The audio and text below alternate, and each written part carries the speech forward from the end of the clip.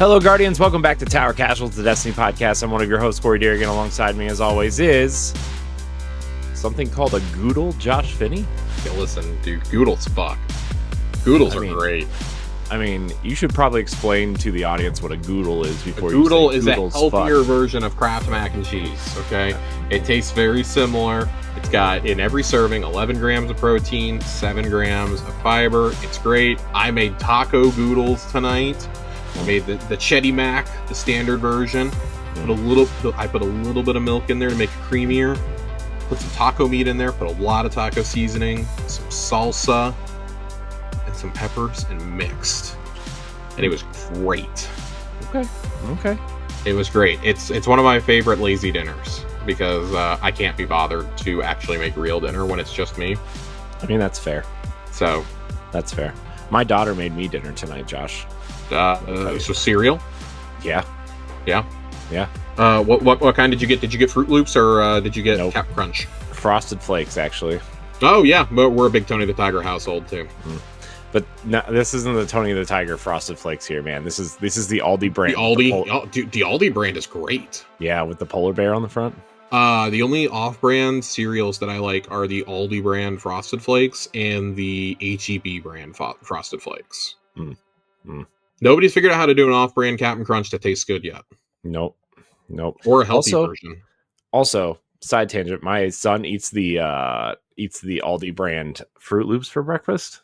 Mm-hmm. Let me tell you, someone desaturated the shit out of those Fruit Loops because they just look sad. They look like the Destiny 2 director. Oh, God.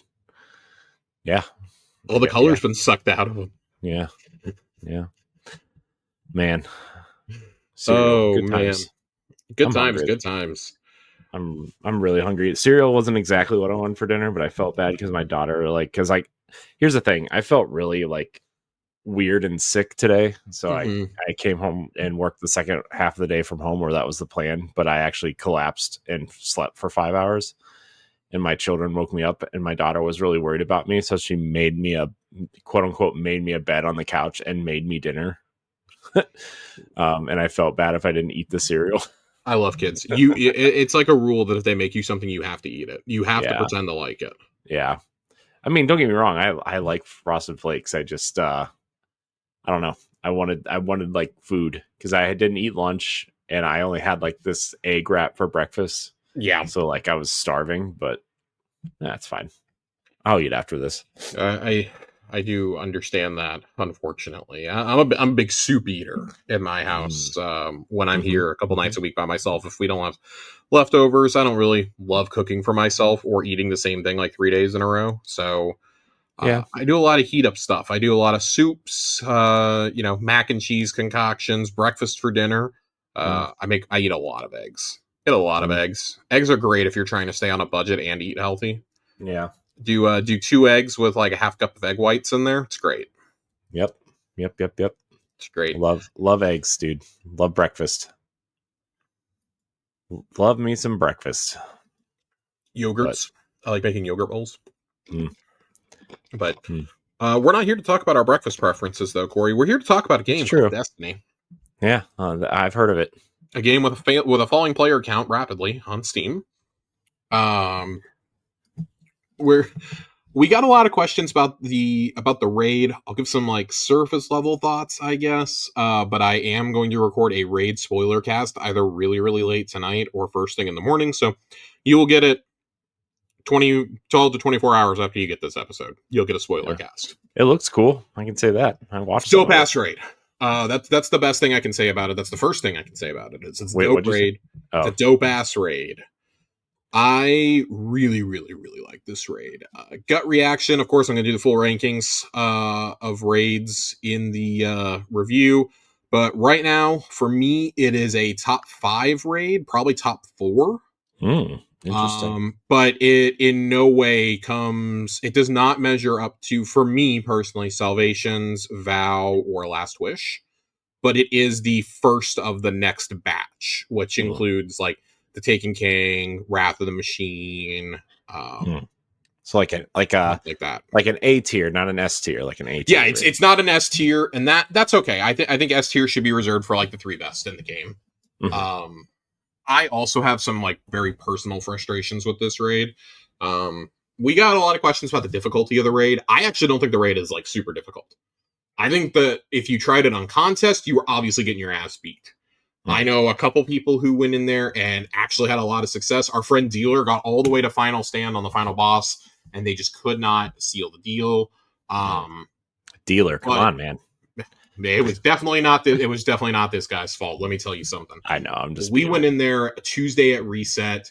The cool thing is, if you have somebody in your fire team who has already completed the raid, you can go straight to the boss. Ooh, you can go straight to the boss because it's in an arena, and you go off on these branching paths, picking which of the 3 encounters you want to do first, and then you fight your way back, and you pick another path, this and that. You can do the final boss at any time. It just ends the raid. So we actually did the final boss right off the bat. Ooh. That was really cool. Seeing how to do that. I didn't really do mechanics there, but the DPS phase I thought was really, really cool. You actually have to be aware of what's going on around you during DPS, because there's these floating beams that are hitting you. If they touch you, you're fucking dead. You're fucking dead if they hit you. You got like a split second to get out of there.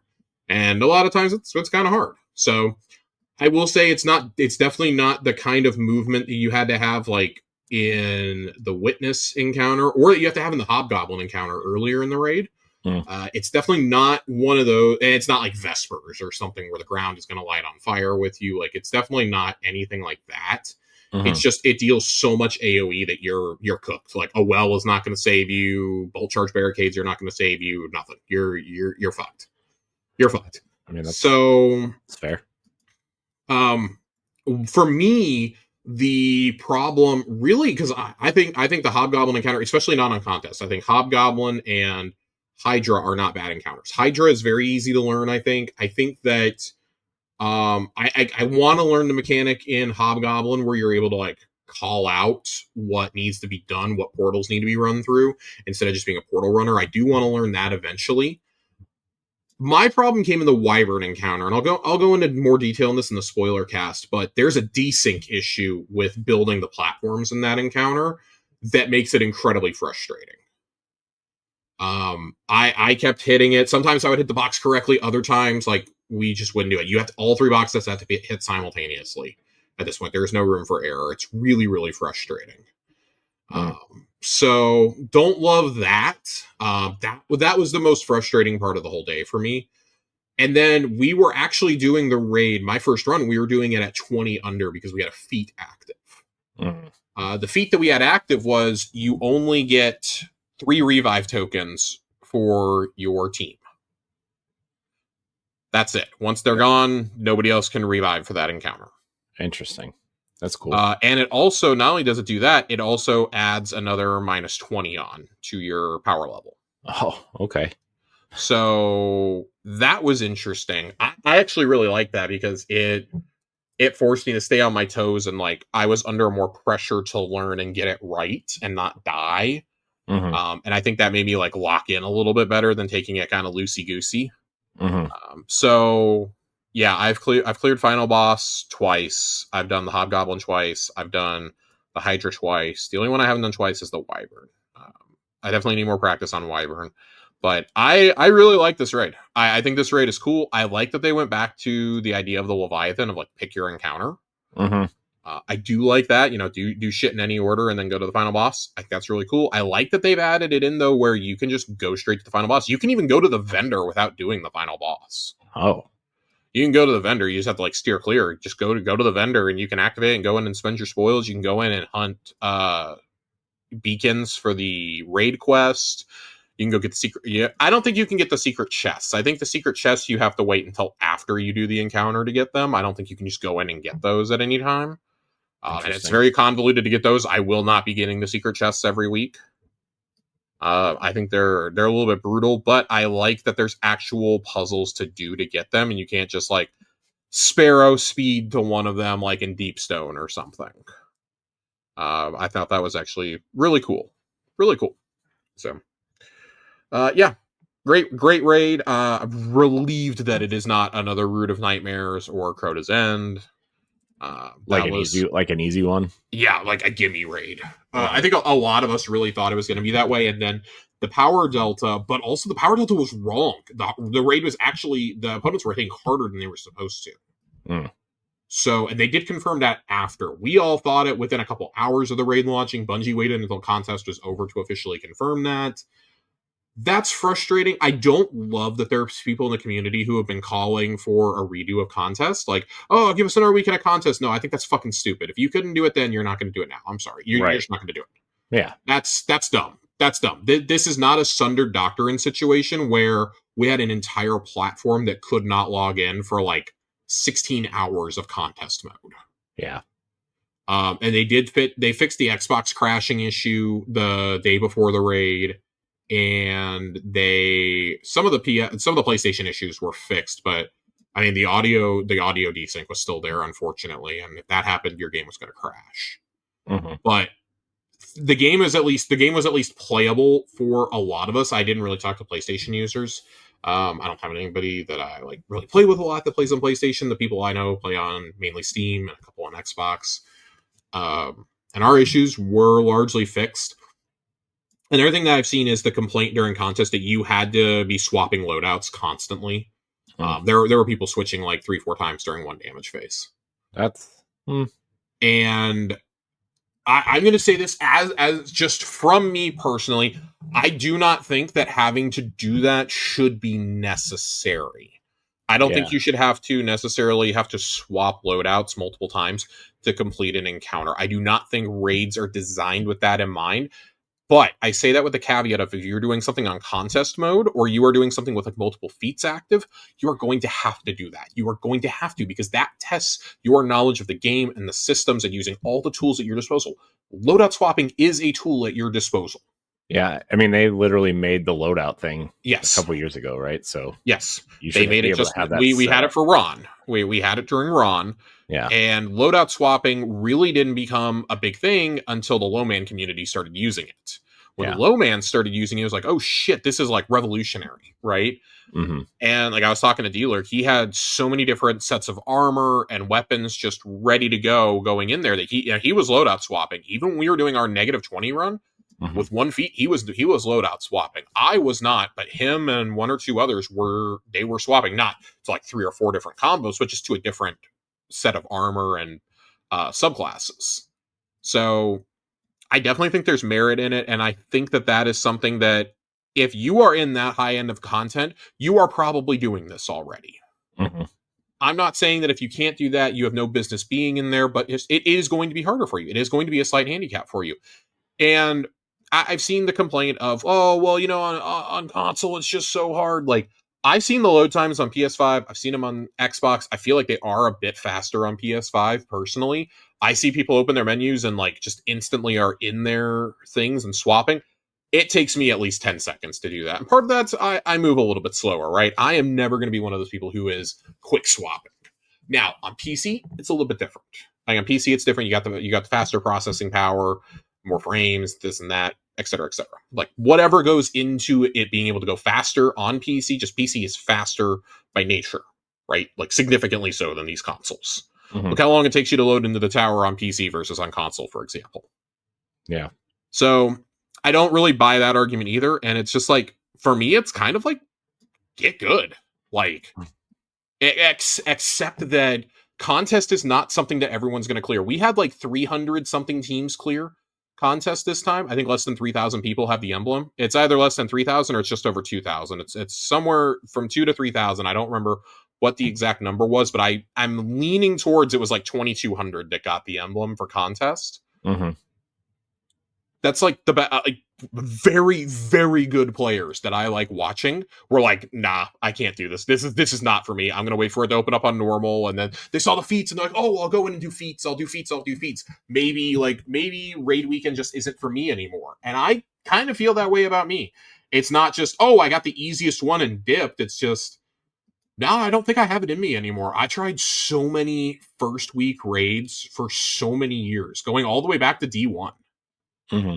And it's just become one of those things that, like, yeah, listen, I love getting my weekend 1 clear. As soon as normal opens up, I love getting it that night or the next day. I love going in and doing that. That's been a tradition for as long as I can remember. Going all the way back to Deepstone, that's probably been the tradition, right? Deepstone is kind of what got me back into raiding as much as I like to, because we had all the raids get retired right before that, right? Just going through and doing all those was a blast. And then coming back and doing Deepstone. And that's what got me into wanting to do day ones again and attempt those. And we always got held up at second or third encounter, right? Yeah. Because you hit that DPS check, and man, it is brutal if everyone's not. It's always been brutal. If you're not using the meta loadouts, you're fucked. That's just how it is. That's how it's always been. That's how a contest raid is. Yeah. It is for the best of the best. Now, something that I want to address here that I mean, I'll have the same conversation in the spoiler cast, but I am personally of the belief that the raid should not have released when it did. I do not think that the game was stable enough to release it. The fact that we had crashing issues on all consoles except for Steam should have clued you in that we needed to delay the raid. I understand that Xbox got fixed. I understand that feasibly you're not getting World's First in Destiny 2 these days if you're not on Steam or like at least on Windows. Like, I get it. But that's not the point, right? Like, console players have always been able to clear just at a smaller number. I do not think PS5 is still having the audio issue that causes crashes. Some PS4 players can't even load into the tower right now. Yeah, I saw that. Like a week and some change later, they still can't load into it. Yeah, I saw that. I saw the one of the Destiny accounts actually tweet out about that. We're aware there's still issues loading to the tower on PS4. Like, they addressed it today. They think they're going to have it fixed on some of this fixed on Tuesday. But first of all, why are you still playing on PS4, guys? Come on. Yeah, I mean that is part of it, right? Like the frame rates and the FOV does make a difference. That does make a huge difference. At this point, you're kind of doing it to yourself if you're still on a PS4 or an Xbox One. But the bigger problem for me is PS5 is still having crashes, and that's supposed to be your main console. Like, Sony owns you, and you can't get it working right there. And it's very clear because they don't have the proper QA teams. So I personally would have delayed it, especially like look at the list of weapons they had to ban for that because they were broken or had broken interactions. The fact that Outbreak had to be you couldn't use Outbreak. That should have been the first clue we got a delay. Yeah. I'm sorry, but Outbreak has always been the go-to weapon. Well, for as long as it's been in the game, since Season of the Drifter, I guess, has been the go-to. Oh shit, we're out of everything. Hot swap to Outbreak.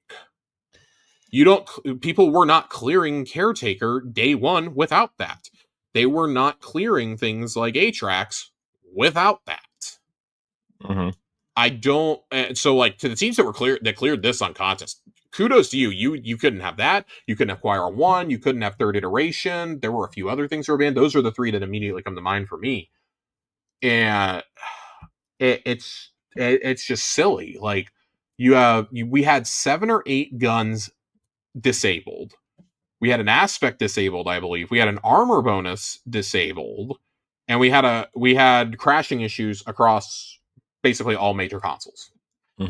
And we still opted to release it. And I was talking about this with a friend of mine who knows some people who work at Bungie, and we were having this discussion, and he was like, well, I think they went ahead and released it because GCX is happening this coming weekend. And I'm going to say it right now. That is not a good reason to not delay your game or to not delay your raid. I understand why you want the raid out in the first couple days of the expansion, but it's a brand new gear system. We're all still trying to get gear. Like, I would not have wanted to go in there with anything less than I currently have. And I have tier 3 gear in every single slot except my exotic. I would not have gone in with anything less than that for armor. Weapons, sure, whatever. I would not have done it with armor. I discarded my legacy armor pretty quickly. Not like right away, but definitely by the time I was done with the Mythic campaign, I was done. That was it. I was tier 3 and above on everything. Yeah. So when I think about that, I don't think that a convention that a couple people from your company are going to and that streamers are going to should take precedence over delaying a raid for the health of your game. That's my personal take. And I'm not even throwing a hissy fit because Outbreak was disabled, Acquire of one, third iteration was busted. Third iteration had to be banned. I'm sorry, that had to be banned. Mm-hmm. That thing was so busted. It was doing like quadruple the damage. Yeah. You could. Dude, that game was that weapon. We talked about it last week about how like that weapon is so busted. Like I was using it essentially like before the cooldown, like it's on that cooldown mode, but if you don't let it cool down, it essentially acts as a pump action shotgun, like a long distance pump action shotgun. And it like, I mean, just lock in on a target once, shoot the bullet, and once they're highlighted, you can just shoot in whatever mode you want to. And it was doing great. But I mean, we were figuring out, you could stack it. You had the anti barrier is what made it cracked, right? Mm-hmm. But you had anti barrier, and then you could put on surges for even more. Yeah. So sometimes we're doing like damn near 6 times the damage it's supposed to be doing. And it was great, but it trivialized. So even with that busted, it still took the Cyclops' boss on fucking Mythic still took like 20-25 minutes, even with that being busted. Yeah.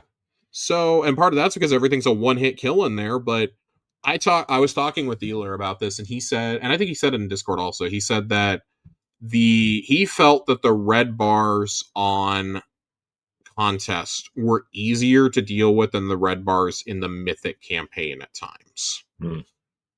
Which is just wild. Now, the tankier enemies, no way.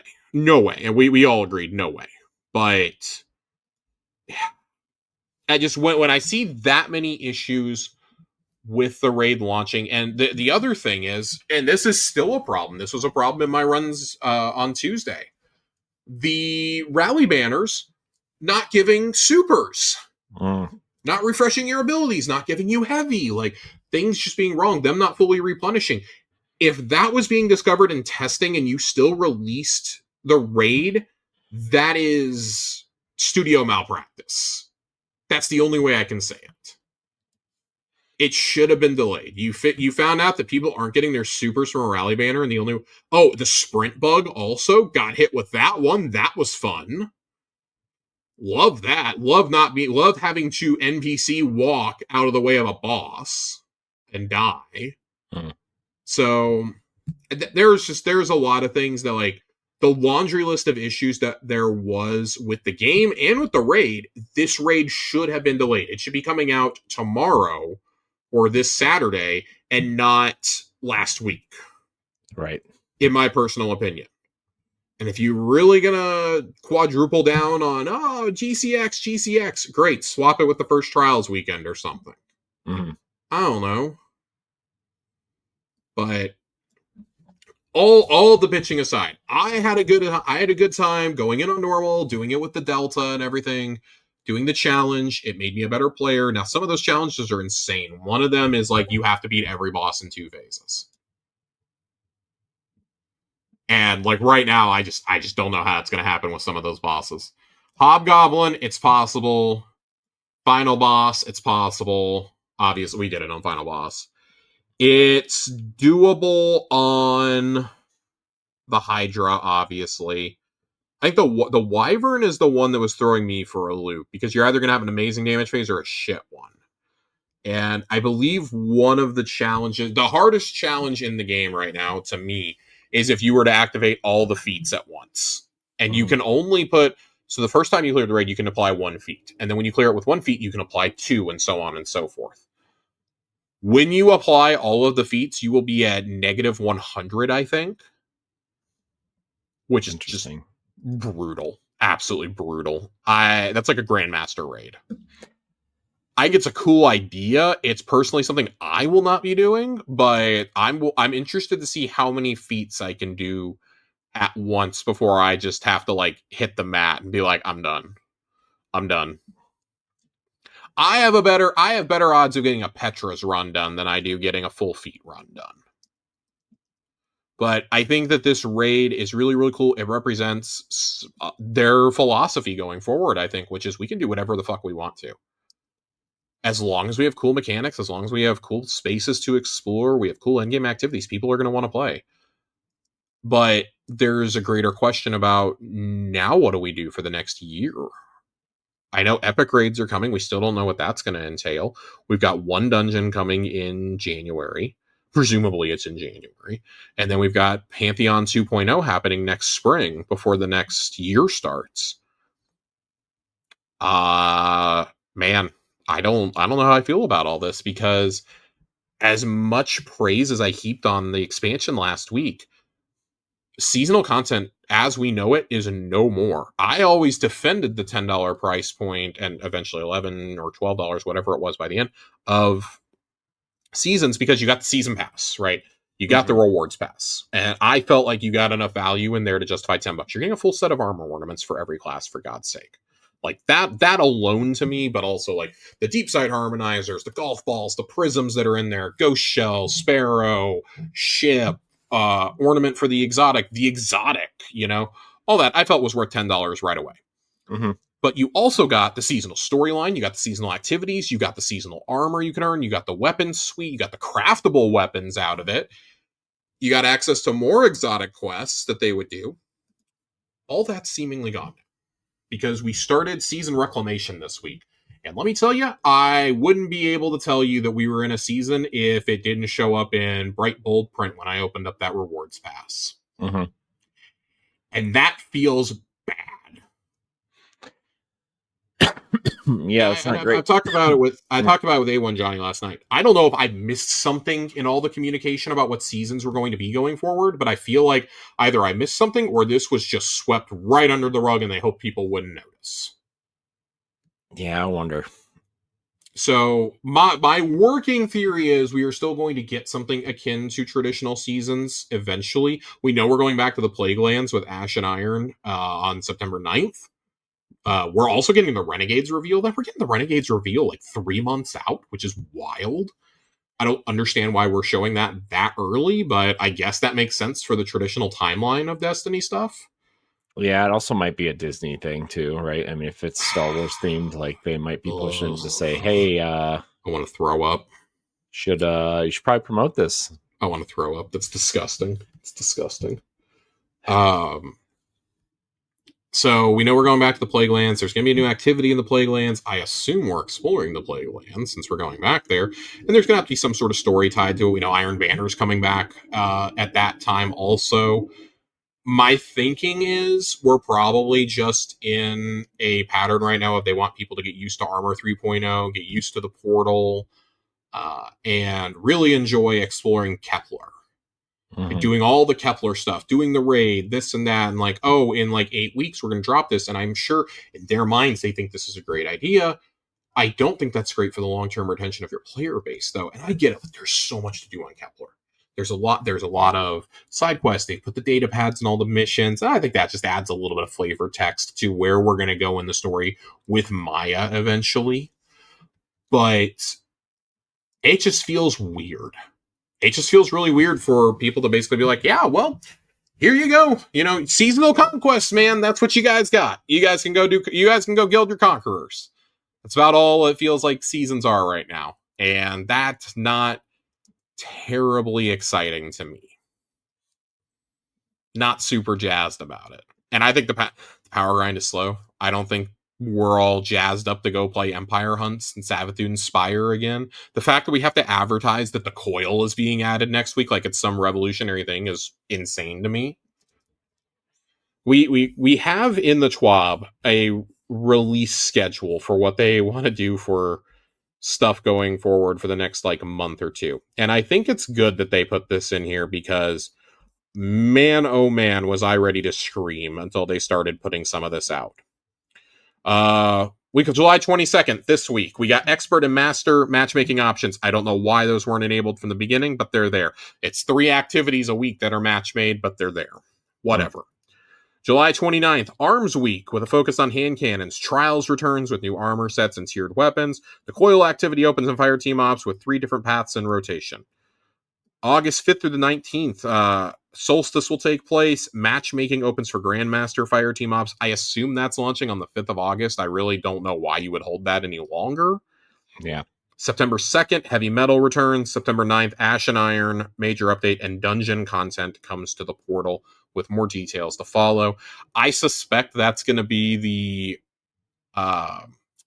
both the beginner and the eternity modes like style content from the Rite of the Nine event. I imagine those events will be the first things added in here as portal ops.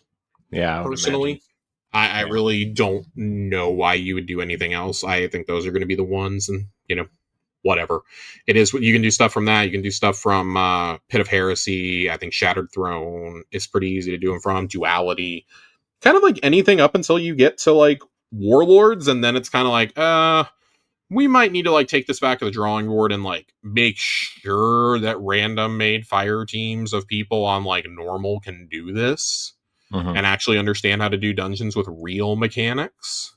Yeah. So I do all this complaining because I do like some of what the portal offers. I like that I get bonus drops. I just wish my bonus drops were on match-made activities more rather than me having to wait for a group to be out there. And Fire Team Finder is not a solution. I'm so fucking tired of people saying, just use the Fire Team Finder. No, nobody wants to use Fire Team Finder. I don't know how many more times I have to say this. Nobody wants it. It's not good. Yeah, it's not great. It's not good. Fire Team Finder is not a good tool. Yeah, it's not great. So, yeah. I mean, I feel like it was like a nice idea that just, I don't know. I feel like there's a lot of things that happen that are nice ideas and they just never pan out how anybody expects. And then they like never, I don't want to say they never, but they just like don't seem to know how to fix them to where it's worth having. So yeah, I kind of feel the same way. I look at like the way that Johnny got me to look at this was think about it. We've asked for a quality of life season for how long? He goes, it kind of feels like that's what this is. Like this is just resetting expectations and resetting, like getting us up to speed with new armor and new gear and this and that. We can take more story focused beats starting in September. And I hope that's how it is. I just don't want to see this be a thing that continues into Renegades and whatever follows next year. There's too many stories you can tell in this universe, especially with the 9 getting involved now, with Maya's Vex involved. The data pads are definitely hinting towards some shit happening on Mars with a faction of the Cabal. Allison Lewis did an interview with Bife the other day. He posted it. And it was over on Destiny Lore. There was something I wanted to read from there that really caught my eye. Let me see if I saved the screenshot. I got to go into my DMs. I sent it to somebody. Okay. Are there any future plans to make side quests more responsive to campaign progression? Allison says, and this is just a write-up that was on Destiny Lore. It is a priority for the future. It's something they would like to put in, but haven't had the time. This was the first time they made a big leap in side content delivery, but after feedback, they're looking how to best incorporate it into the story, what delivery makes the most sense, etc. They'll further develop systems for it. Bungie has previously tried to provide story content primarily through missions, but it's always been difficult. So I would like to see them evolve the side content a little bit because the side content is just like kind of shitty. The side quests just really, they add something in the way of the story, but they really don't like have you doing anything. It's just a lot of like fetch quests mostly. And that's frustrating in a game like Destiny. I do like how, despite my earlier criticisms, I've really enjoyed unlocking the hand cannon parts. You can get the intrinsics on any difficulty, and then there's 2 perks that you have to unlock on Fabled, and 2 you have to unlock on Mythic. And I like that because it involves some secret bosses, and they almost all involve puzzles and mechanics, and I love that. If you're going to make it craftable, this is the kind of stuff I want to see. Do I want this all the time? No, but I think it's really cool that gun interacts with some areas that very specifically only respond to that gun. That's a lot of fun to me. So I remain interested to see how they're going to evolve Portal. I still don't love the thing, but I do acknowledge there are some good things about it. Being able to target what kind of loot I want sounded really cool. And let me tell you, usually it's just like, oh, here's a drop, here's a drop, here's a drop. Like, it's not, oh, you're actually going to get something for a slot. Like, mine almost never have that advertised. But I can go run a 5-minute solo op and still come away with like 3 pieces of gear a couple times a day. Great. I think one of my biggest pieces of feedback for Portal, and I really need Bungie to reevaluate this. you get a loot explosion upon doing these seasonal conquests. I saw somebody do one of the battlegrounds the other day that's on there, and they got like 6 engrams out of the end chest. Jeez. You can only do those conquests one time per season. Per season, not per week, per season. Okay. Well, yeah. It's the same excitement that this person had is the same excitement I had when I was running Encores and Starcross last week, and even Kelsfall, like just raining loot.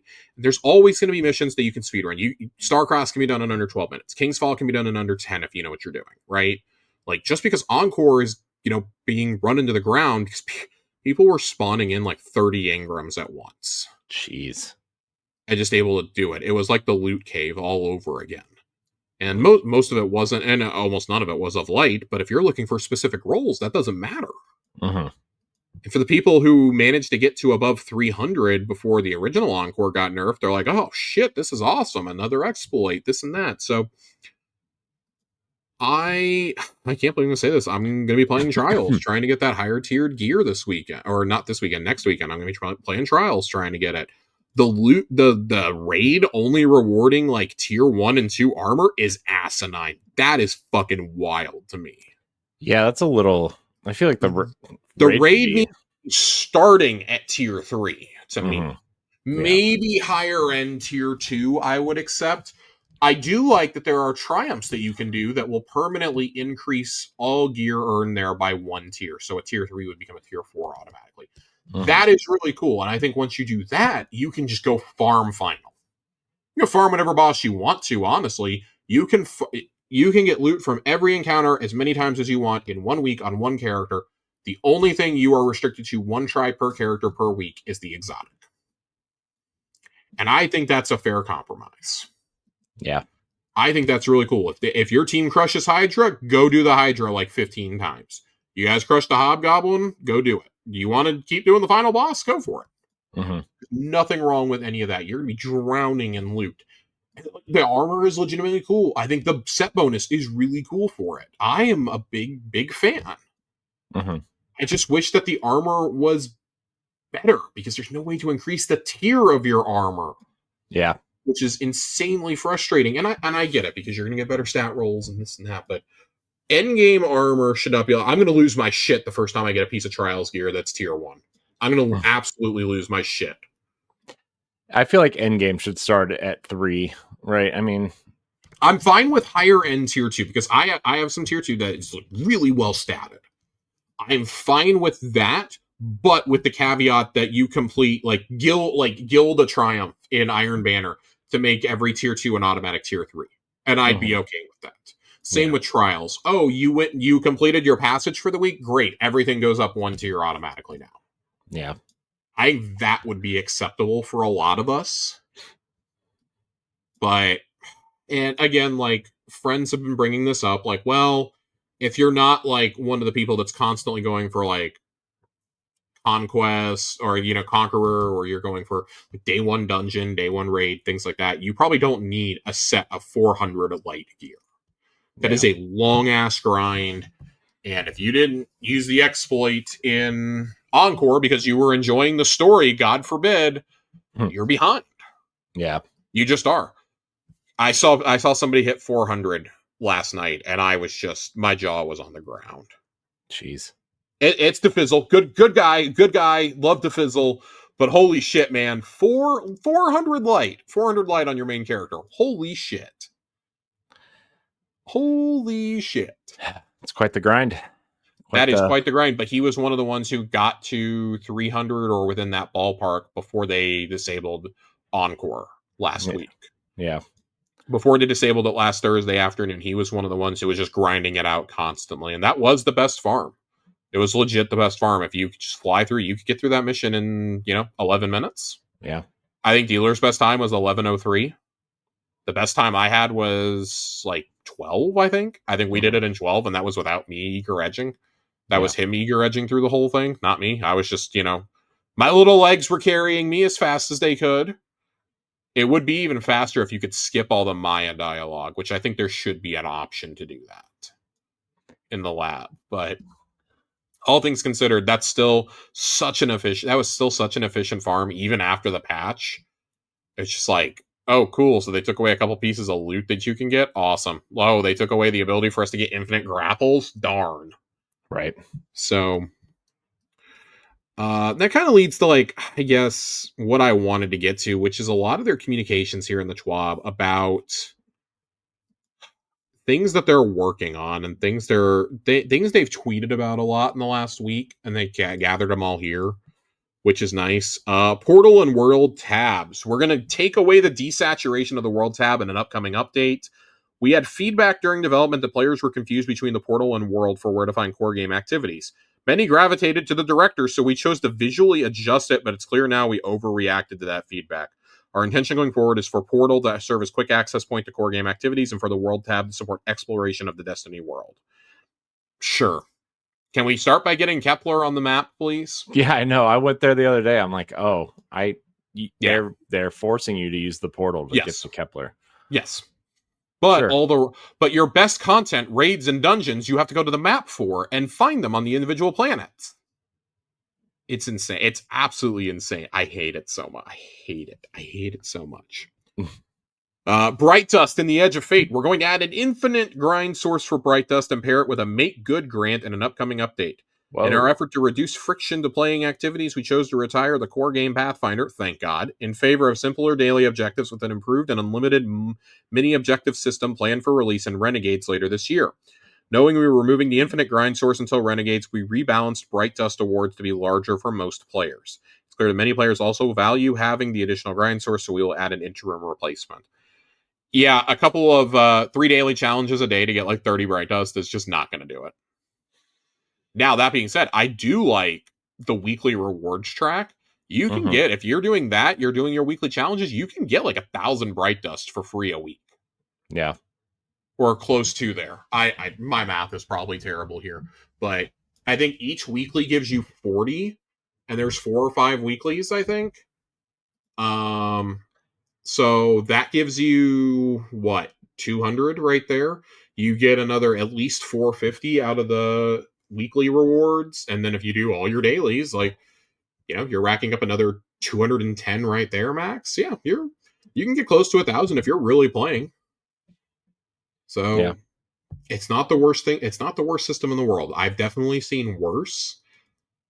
And this is coming from someone who has a lot of Bright Dust. So I'm seeing this a little bit differently, but I guess for people who don't have a lot, they probably do want that infinite grind. And I think there should be ways to go get Bright Dust in the world. Yeah, there should be. But for all my complaints about the portal, that weekly rewards track is awesome. I have to do almost no effort for it. Mm-hmm. That thing is awesome. And the Vanguard requisitions, we were all like, oh, what's that? Let me tell you something. If you did not do yours last week, I urge you to get them done this week, because you can go get a free weapon roll from Zavala, and it's going to be a good roll of the new Strand SMG. Ooh. He's going to have a different weapon every week. Yeah. And you can pick armor. You can get armor pieces from him too, but I think the only way you get the weapon is you have to get the 5, 10, 15, and 20 to get all your things given to you for next week. Yeah. That's how many options it gives you. You're going to get one no matter what, but you can get up to 4 options from him. So I got to pick my tier 3 reward that I wanted from him. Nice. That was awesome. That SMG hits like a fucking truck. Yeah, that's a cool system too. It's a very cool system. It rewards you just for playing. And it really reminded me of Destiny 1 Arms Week. Yeah. That's what it reminded me of a lot, funny enough. So I was stoked. I was very happy to get that SMG. I don't think I've taken it off since I got it on Tuesday. I'm really, really enjoying that. We already talked about Power Deltas and the contest raid. We are looking into reward quality. What tiers rewards within the raid are dropping at within contest difficulty and their power in relation to yours. There are ways to increase your reward quality in normal difficulty via raid feats. I still think it should be higher, even with the feats. But yeah. Ability regeneration. Community sleuths discovered this issue. Right now, ability stats, grenade, melee, class, and super are returning less ability energy than stated in previous communications. We previously stated that hitting 70 in an ability strat in Edge of Fate was equivalent to certain pre-Edge of Fate values for discipline, strength, class regen stat, and intellect. And then going above 70 would result in faster recharging than before. This isn't currently true for the 70 mark, but it is true for 85. We intend to make it true for 70 in an upcoming update. Design goal is to let players be able to reach higher heights than previously possible in the game by investing heavier in specific stats, but also have trade-offs when making build crafting choices. Making the 70 stat one of the big trade-off points is important for our design goals and for meeting player expectations, blah, blah, blah, blah, blah. Expect a full breakdown of how stats are being corrected to be shared in accompanying patch notes. Mistakes were made. We're sorry for the accidental confusion here. We intend to make it right quickly. Yeah, it's been a week and a half. I don't know how quickly this is going. We also missed entire patch notes about Warlocks and Titans, by the way. Entire paragraphs were missing there.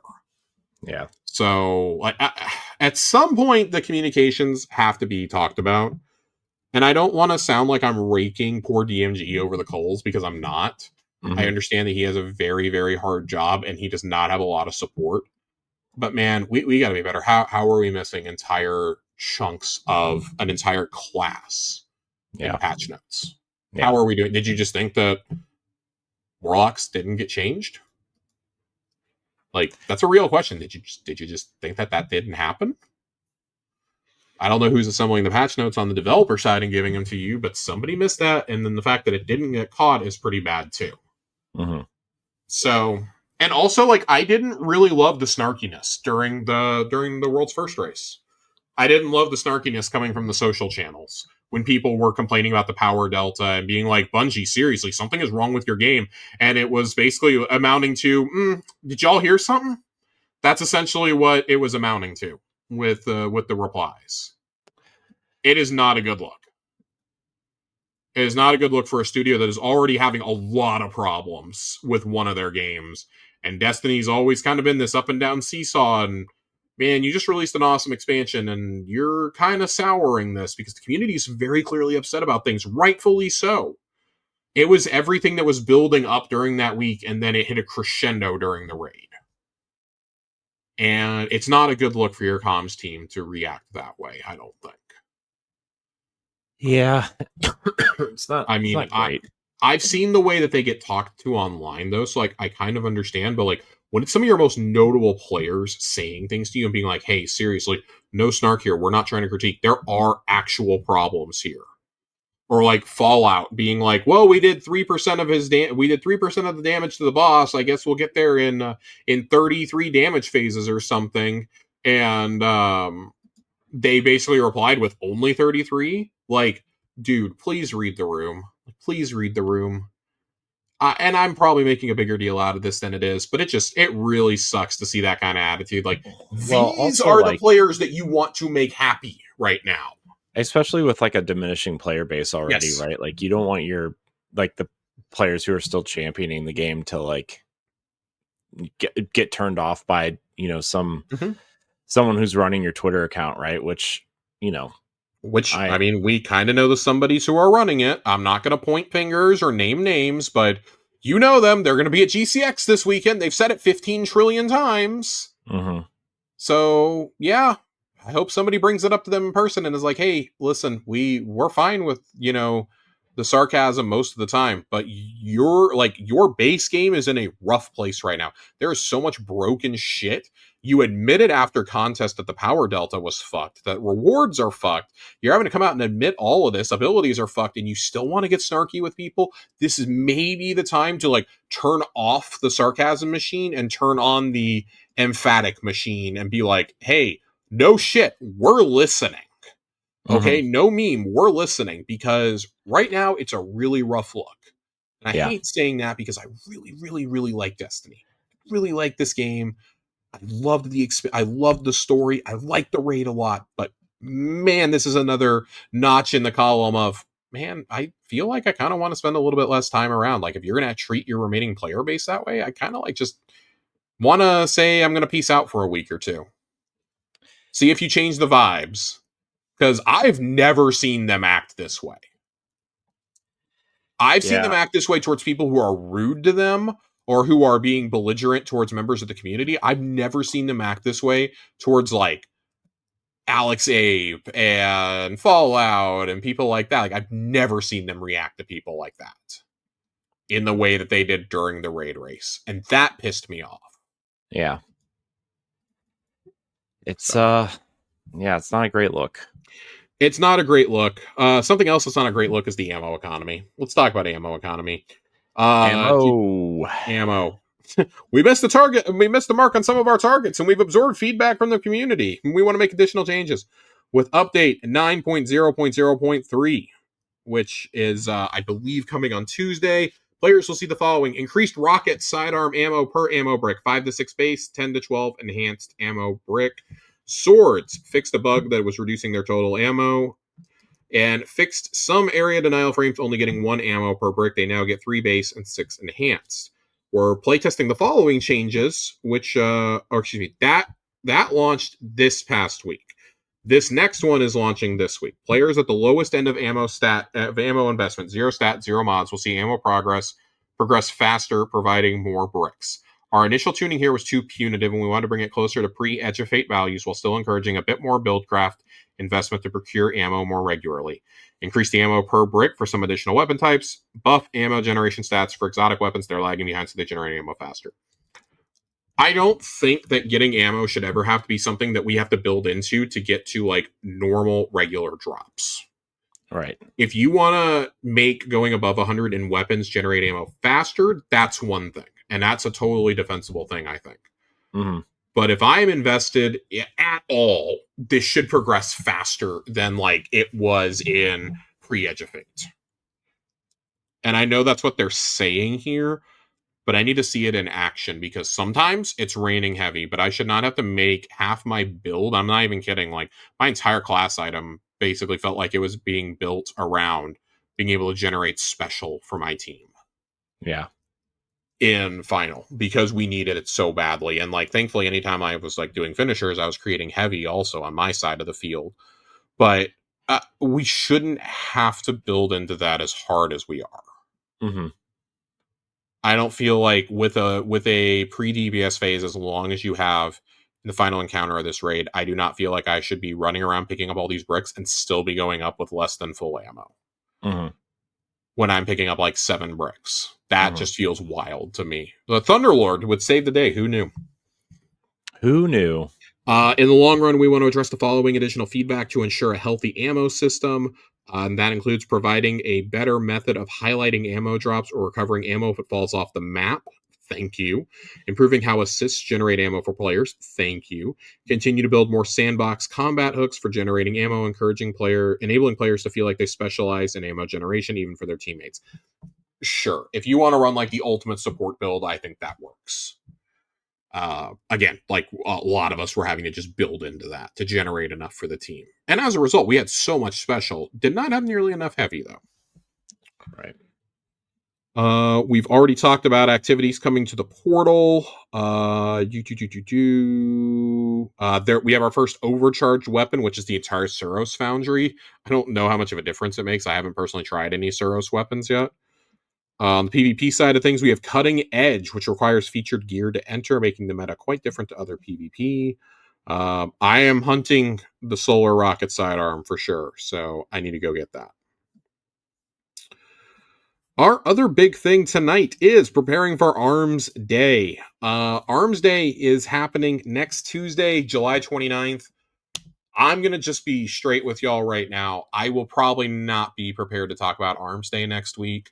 On Thursday, I will be out of town Sunday through Sunday, very, very early Sunday morning. I leave at like 5 a.m. and I don't come back until probably the wee hours of the morning on Thursday. I have to travel to the other side of the country for a funeral, so I will be gone. I'm driving, so I will be gone for 4 days. Of course, it's happening right when Arms Day launches. That's fine, though. Real life obviously takes precedence over something in a video game. So we luckily have a really good breakdown for Arms Week right here. But our conversation on Arms Week will probably get punted a week just because I prefer to talk about it on more than like 2 hours of sleep. Fair Arms Week returns next week. but it's different this time around. This is going to be a hand cannon event the first time around. Ooh. The first step is to visit Ada 1 in the shooting range, which is where Ooh. she's going to be. Ada will give you a pursuit that kicks off the Arms Week event, as well as the brand new hand cannon. I'm going to try and pronounce this. Phoenicia Pharaoh. That's what I'm going to call it. Phoenicia Pharaoh. By playing activities with hand cannons, you'll gather combat telemetry that allows Ada to build more weapons and other rewards, including time-limited but very powerful volatile mods you can slot in to the featured weapon archetype, which is hand cannons. You'll have a set of daily and weekly challenges that will be available at the Arms Week event home. We've talked about those. We had it for heavy metal. Yeah, it looks very similar to the seasonal hub we have now. Completing these challenges will reward you progression for the event track, which has rewards of all types, from currencies to hollow foil weapons if you reach the highest ranks, but also event tokens. Tokens are essential to the event and will help you get more rewards in the event shop. The other currency to take into consideration are reroll chips earned from the event track and in the event shop for event tokens and silver. Hand cannon will be the focus for rewards. There's a new solar hand cannon that's kind of the star of the event, Phoenicia Fire. It's our first ever spread shot hand cannon. Trials is getting one as well. That's the one that we saw Walla trying out during the preview events. It works like a shotgun that is traded a bit of punch for the ability to use primary ammo. That's why it has perks like 1-2 punch in the perk pool. Along with Phoenicia Fire, there's a set of legacy hand cannons to earn for completionists. And Ribbon Tail, a new strand adaptive trace rifle that can roll with proximity power and detonation beam. I'm very excited about this. I'm a big trace rifle fan. On top of all these weapons, volatile weapon mods. They are available for the duration of the event and can only be slotted into the featured weapon type. So I do think that means these go away after the event, but I'm still very curious. Chaotic munitions. Precision final blows produce randomized effects. Cowboy Grip, supremely improved hip-fire weapon performance. So for everyone who wants to go live out their favorite last word fantasy with a legendary hand cannon, here you go. Fragmentation rounds. Precision final blows create multiple explosive submunitions. I'm excited about that one. But mainly because I want to see that on a different type of weapon. Not on hand cannons. I want to see that brought back for a future Arms Week, personally. Yeah. Whew. All right. I have talked a lot. Not enough, Josh. Not enough. Not enough. Not enough indeed. Got a couple weapons I wanted to hammer home that I've been playing with that I'm really enjoying. Gonna save raid weapon talk for the pod. But I have really been enjoying this Rocket Pulse. I think the Rocket Pulse is awesome. Yeah. Mint Retrograde is the one I'm running. I don't have the roll that I want, but I have a good roll. I rewind Elemental Honing on this one. Really enjoying it. Just, man, the ammo economy is rough for that gun. Yeah. You fly through it like crazy, but it hits like a truck. I like this thing a lot. I'm really enjoying it.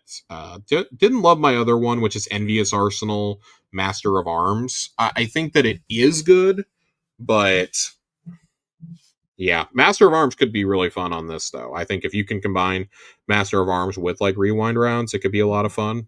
Mm-hmm. Two other guns I'm really enjoying. I mentioned it earlier. I'm loving the SMG you can get from Zavala this week, the Quanellis 2. I have mine with Slice Surrounded. Really liking that. That's don't cool. love my second perks on it. Encore and Harmony, but what are you going to do about it?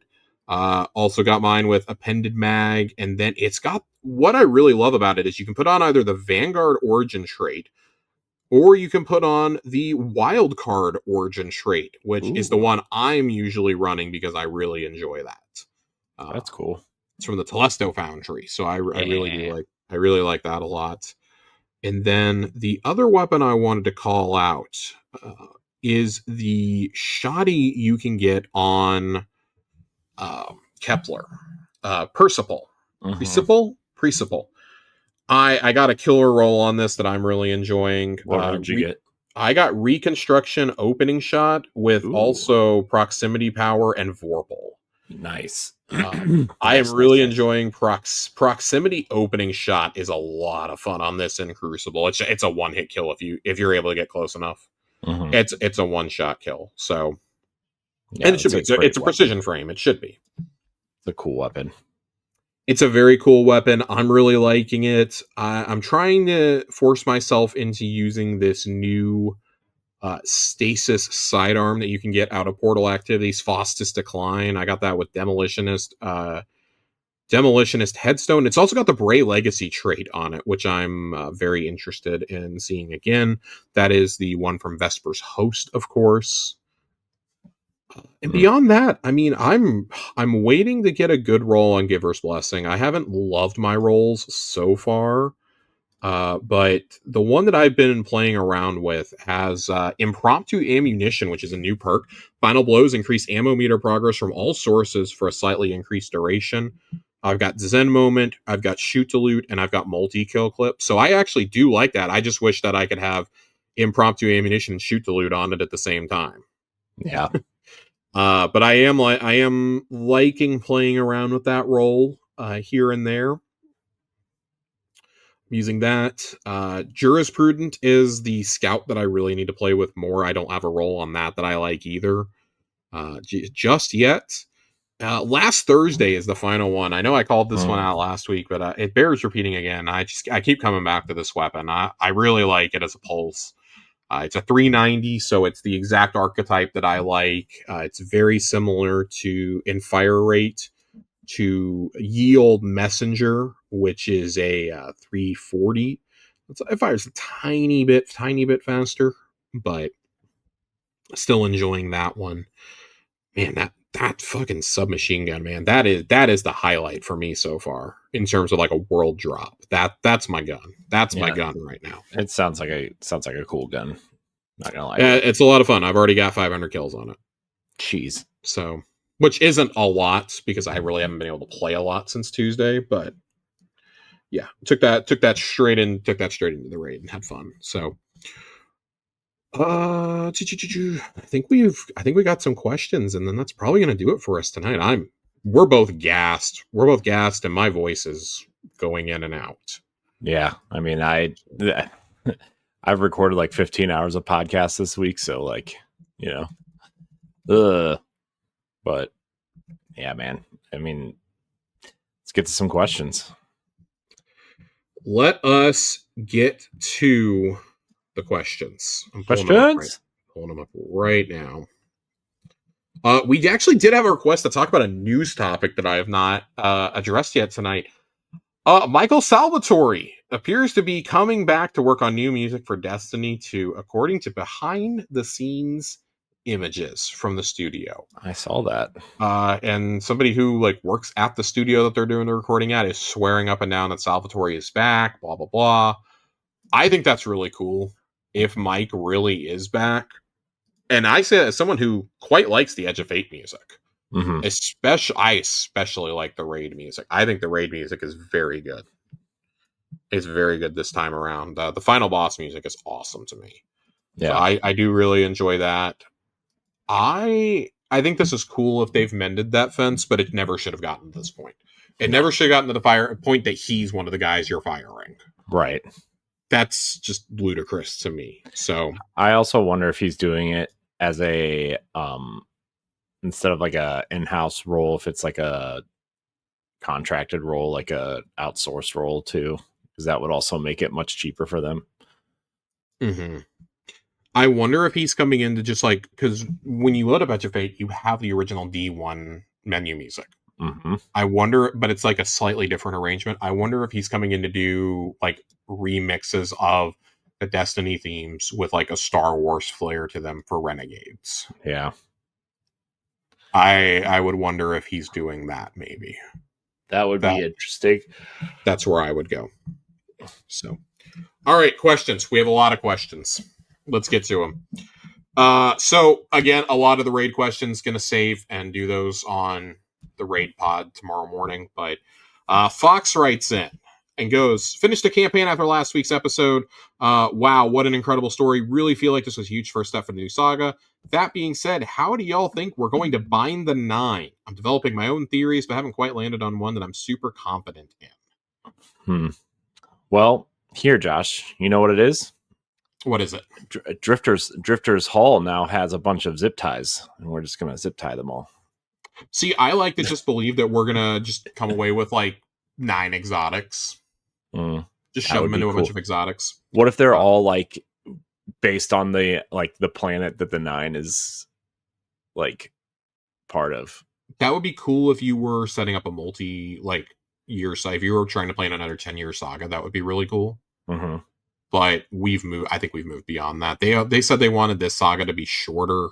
I do think that at least one member of the 9 will be a gun at some point. That's too good of a running gag to not include here. You think it'll be 3 since 3's already kind of 3? No, I don't think 3 is. So that's something that Allison brought up in her interview with Bife, is that 3 may be dead, but 3's not out of the story. 3 knew he was going to do, or knew they were going to die, and planted seeds so that 3 will still be influencing events to come. We have not seen the last of 3, apparently. My personal theory is that Lodi becomes the replacement for 3 eventually. So either Lodi or Ikora. I would have said Ikora. I think one of them does. Lodi's already pretty obviously been set up to be the new emissary, and they call him that as much. They call him the replacement. So, as far as binding them, I'm sure that I don't know if we should take that literally. I've been watching a lot of Naruto lately. And let me tell you something. When you try to bind a mythical being to something, it usually doesn't go well for the binder. Yeah. So I don't know if I want to have like members of the 9 sitting in my vault. I'm going to be honest. How many tentacles does Zur have on his face? Do you bind him each one to one of his face tentacles and make him whole? I'm actually like low-key upset that we got real lore about Fenchurch, because my theory for the longest time was that Fenchurch was going to be revealed to be Zur. I think that would have been great. Zur got robbed. Did you see that? No. Zur got fucking robbed. If you're reading the data pad, Zur got robbed by like a gang of Cabal. What? Yeah, I don't remember if it's in the data pads or if it's in the lore, but I will find it and we will read it next week. But Zur got robbed by a group of Cabal on Mars. They stole a malfeasance from him. They stole a ruinous effigy. And I forget what else. They stole like 2 other weapons from him. Jeez. Yeah. They fucking mugged Zur. Dang. So I'm wondering, since like a couple of those are paracausal weapons, is that how we go in pursuit of like the lightsabers eventually? That would be my guess. Because he's also how we got Forerunner. Yeah. And the Halo suite. So Fox also asks, how are we feeling about Maya in the long term? Do we think she's a super endgame threat for the Fate Saga, or someone we will deal with relatively early? She's not the endgame threat for the Fate Saga. I'll tell you that right now. She's not. No. Allison said they're still planning the Fate Saga. Like, they haven't decided on an endpoint yet. So to me, that screams that Maya will be dealt with eventually. I saw people being like, oh, what if she's the Savathun for this expansion and we just like reluctantly ally with her? Man, Savathun is the Savathun of the Fate Saga. Yeah. She's still out there. Remember, she declared she hated us and is like making it her mission to kill us now? Yeah. I do think Maya becomes a major recurring character, and I do think at some point she will enter an uneasy alliance with us. There's nothing that says that she can't eventually work with us, though. There's nothing that says she can't eventually work with us, because look at how Keitel was. Look how Mithrax became. We have never had a friendly Vex ally outside of good old, oh my god, I'm blanking on his name.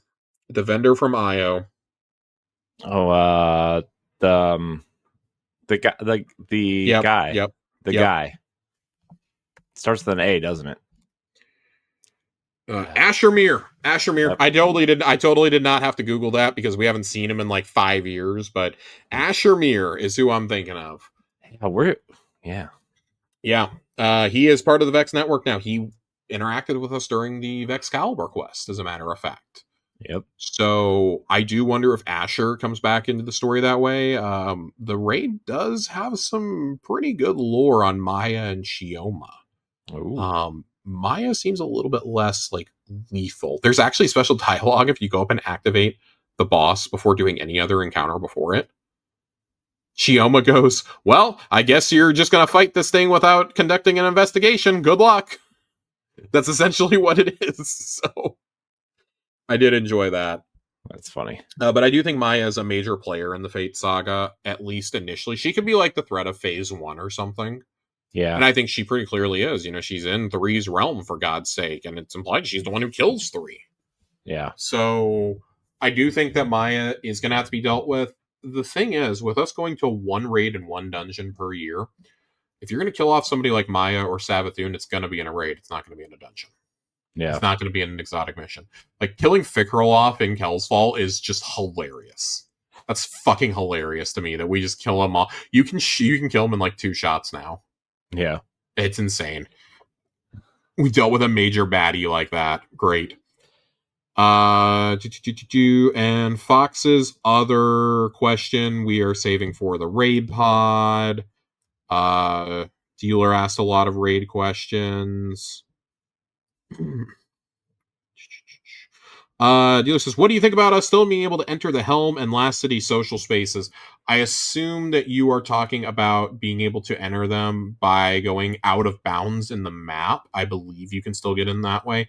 But in case you're asking, would I want to go back there legitimately? Hell yeah, I want to go back there legitimately. Maybe not the Helm, but I do think that the Last City should have been left in there. We asked for so long to be able to explore the city. Mm-hmm. And to just take that away feels really weird. I think that's actually a really great. I think that's to me, that's where the firing range should have gone. Yeah. I think the firing range should have gone there. You could have had like I don't know, you could have had like Hunter Ops there or something. You have Ido's laboratory. Or like even Spider could have like Guardian housing, baby. Where's my Guardian housing? Yeah. Where's my cool apartment? Eris had an apartment. Why can't I have one? She's keeping mystical artifacts that could destroy the entire universe there. Why can't I? Yeah. I want to hang my Whisper up on the wall. Although she needs to clean a little bit. It's kind of. She does need to clean up. It's a little nasty. Yeah. So, Jiggly Panda asks, hopefully I sneak this one in time, but do you think they'll have the Xbox crashes fixed anytime soon? I still have yet to beat the Edge of Fate because of crashes. So I'm going to be honest, after the patch they gave out on Friday, I have had 0 crashes and I played for like multiple hours. Whereas before I would get DC'd 15 seconds in the Encore, I would get DC'd at random times during strikes or exotic missions. A 1 strike, I did Liminality, got DC'd 3 times in the same boss room. Huh. And it wasn't just a DC, it was a full crash to dashboard. If you are still having issues, one, I would ask, are you playing on a Series X or S, XS, or God forbid an Xbox One? There are still, I'm assuming that you are getting the audio issue and not the issue that I was having. I would assume you're getting the audio issue that PS4 and PS5 users are getting, because there are some Xbox users getting that. If you are still having issues with that, I would maybe uninstall and reinstall the game. Maybe switch to a wired connection if you're doing it over Wi-Fi. I noticed my game performance increased drastically once I went to a wired connection. I just plugged the cable straight in the back of my Xbox. I have a 100-foot Ethernet cable snaking through my apartment now. But I would suggest trying that because I play with several people who only play on Xbox and nobody else is still having issues that I know. If you are having issues with the campaign, that's a pretty significant issue, and I would suggest maybe making a post on the Bungie forums or tweeting at the Destiny 2 team account, because I'm not seeing anything still on Xbox, and that might be a you problem. As bad as that sounds, really bad, and that sounds really rude, and I'm not trying to sound it that way. That sounds like that is genuinely an issue that might be specific to you, though. Yeah. So I would uninstall and reinstall, maybe do a factory reset of your Xbox. I hate suggesting that because that's such a pain if you have a lot of digital games. Yeah. Maybe put everything onto like a cold storage hard drive before you do that. But I would, at the very least, I would uninstall and reinstall Destiny 2 because I've had an issue like that before and that has fixed it. So sometimes you got to uninstall certain content packs too. I don't know if there was I'm looking to see if there's anything in the Schwab real quick because they posted something about if you're having some issues, here's some things you can do. I'm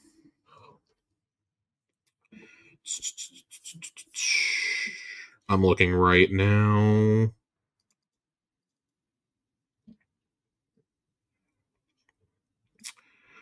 This might be your thing. Some players can be blocked from launching Edge of Fate missions if error coded or leaving or if they've left midway. A temporary workaround is to join a player who has access to the mission and they launch into it.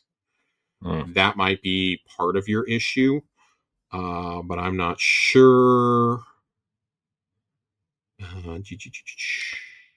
Sounds annoying. Not gonna lie to you. Yeah, it sounds really, really shitty. That's why I'm looking to see. I could have sworn I saw something. I mean, I'm playing on Xbox also, but I haven't experienced a crash in a while. I did last week. The hot fix Friday morning, which was like a 10 gig fix, by the way, seemed to clear it up for me. But I don't know if that's working for everyone. I was looking. I thought there was something you could do if you were having problems with it, that you could like uninstall certain things and it would fix it. And I didn't see. I'm not seeing it in here, unfortunately. If I find it, I will post it for you.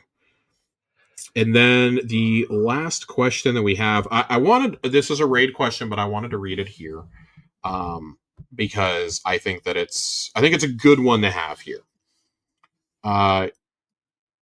Go Birds writes in, goes, how do you guys feel about the difficulty of the raid? I, for one, thought it was a nice change of pace, that it was a big damage check instead of the boss rolling over because of how powerful Guardians are. But it also drove me nuts how many content creators were complaining about the damage and such. I know the raid is buggy, but I just feel like no matter what, content creators, not the ones in this Discord, are just never satisfied with anything Bungie does. Sorry if I'm way off on that, as I'm not a content creator, someone who loves watching and playing the game, and thought the damage difficulty was a nice change for this raid.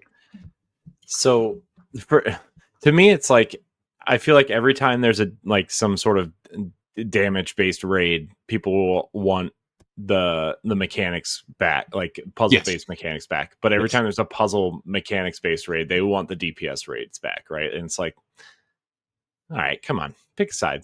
Pick one. No one's ever fucking pleased. Yeah, I will say that I think that a lot of times the content creator community does overreact. No, come on. But in this case, I think they were pretty spot on, and they're going to feel more emboldened now that Bungie has come out and admitted that the Delta was not what they had intended for it to be. I think that's the problem. I did agree with what a lot of people were saying, like, hey, I would really love to see the raid team, the people who made this encounter and who tested this encounter, have to clear it on contest with everything that was disabled for us. I want to see how many fucking times they have to swap during the encounter in order to clear it on contest. I do agree that I think that would be something that I would like to see in the future for a damage-based encounter like this.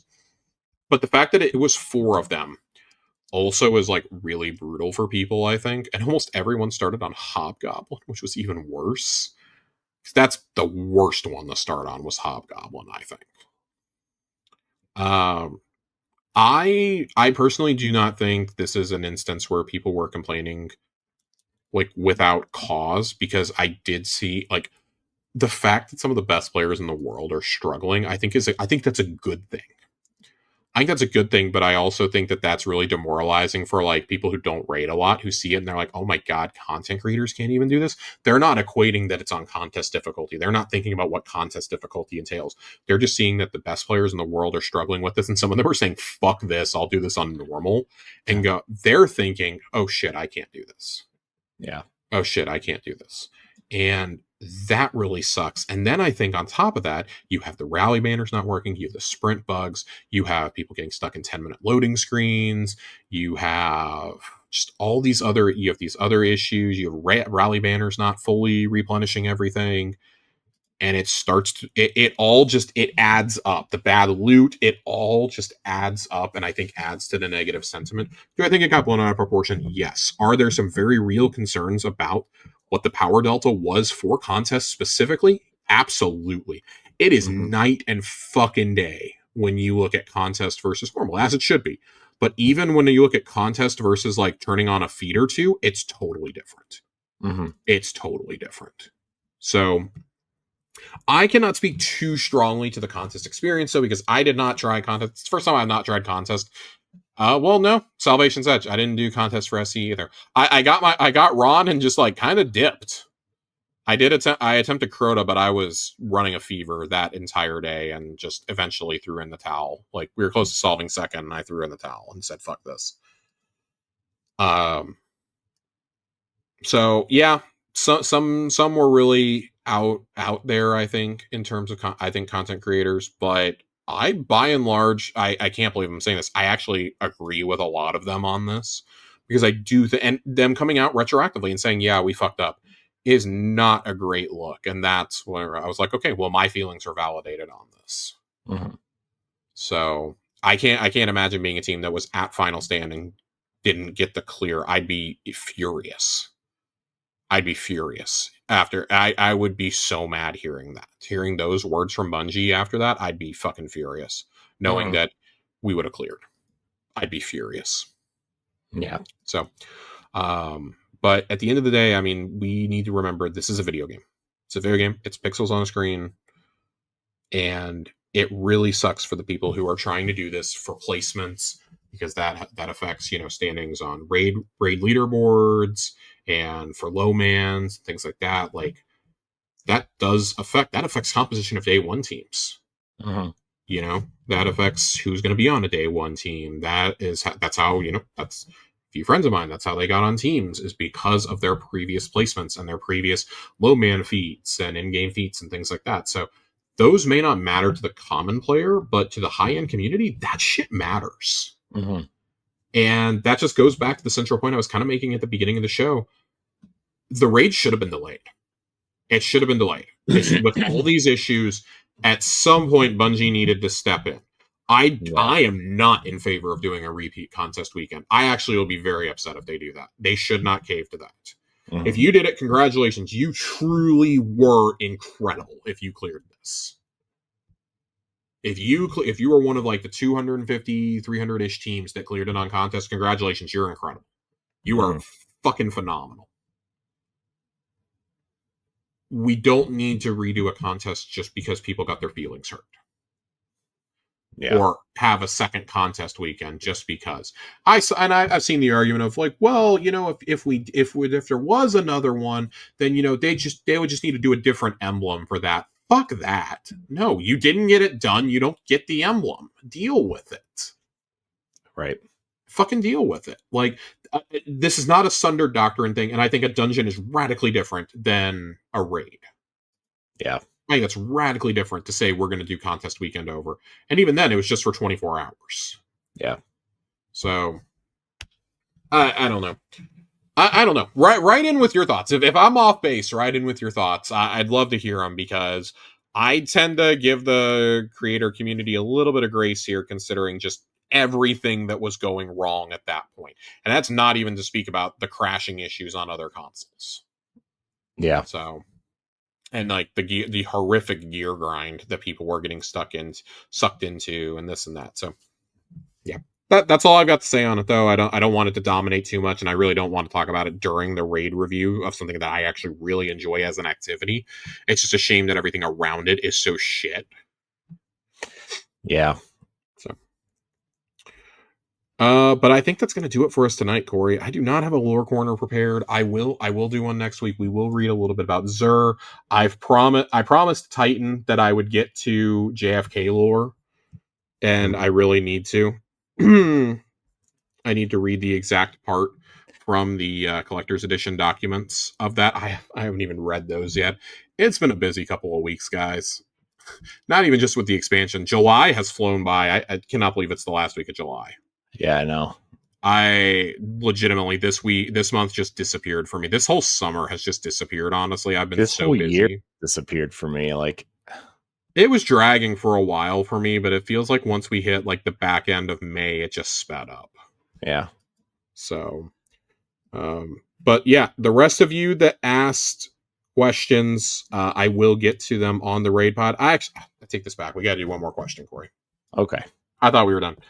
I want to read Titans here because I think it's more prevalent to the overall game. How likely is it that the fact this raid was all bosses inspired by the success of Pantheon? 100%.